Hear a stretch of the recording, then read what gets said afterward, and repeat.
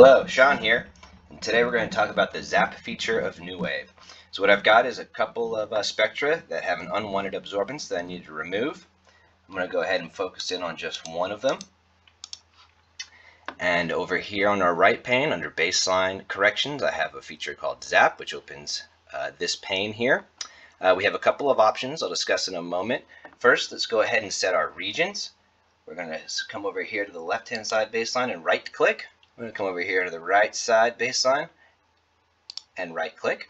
And we're going to remove this absorbance feature from end to end. Go ahead and hit try. And we'll see our result of our operation. So one of the options here is we can add some noise. So as you see, as I spin this around, we can increase or decrease the amount of noise that will be left behind. This is kind of in order to simulate what level of noise might actually be in the spectra. We're going to go ahead and set it to about there.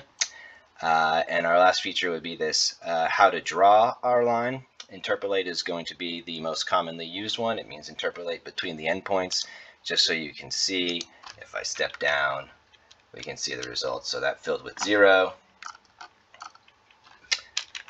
the leftmost value, the rightmost value, and the mean, which is up there. So let's go ahead and put it back to interpolated.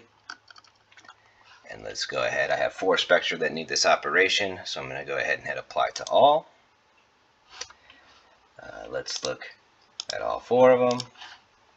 And we can see we have successfully removed the region we did not want. This has been a NuWave tutorial, and as always, I am Sean. Until next time.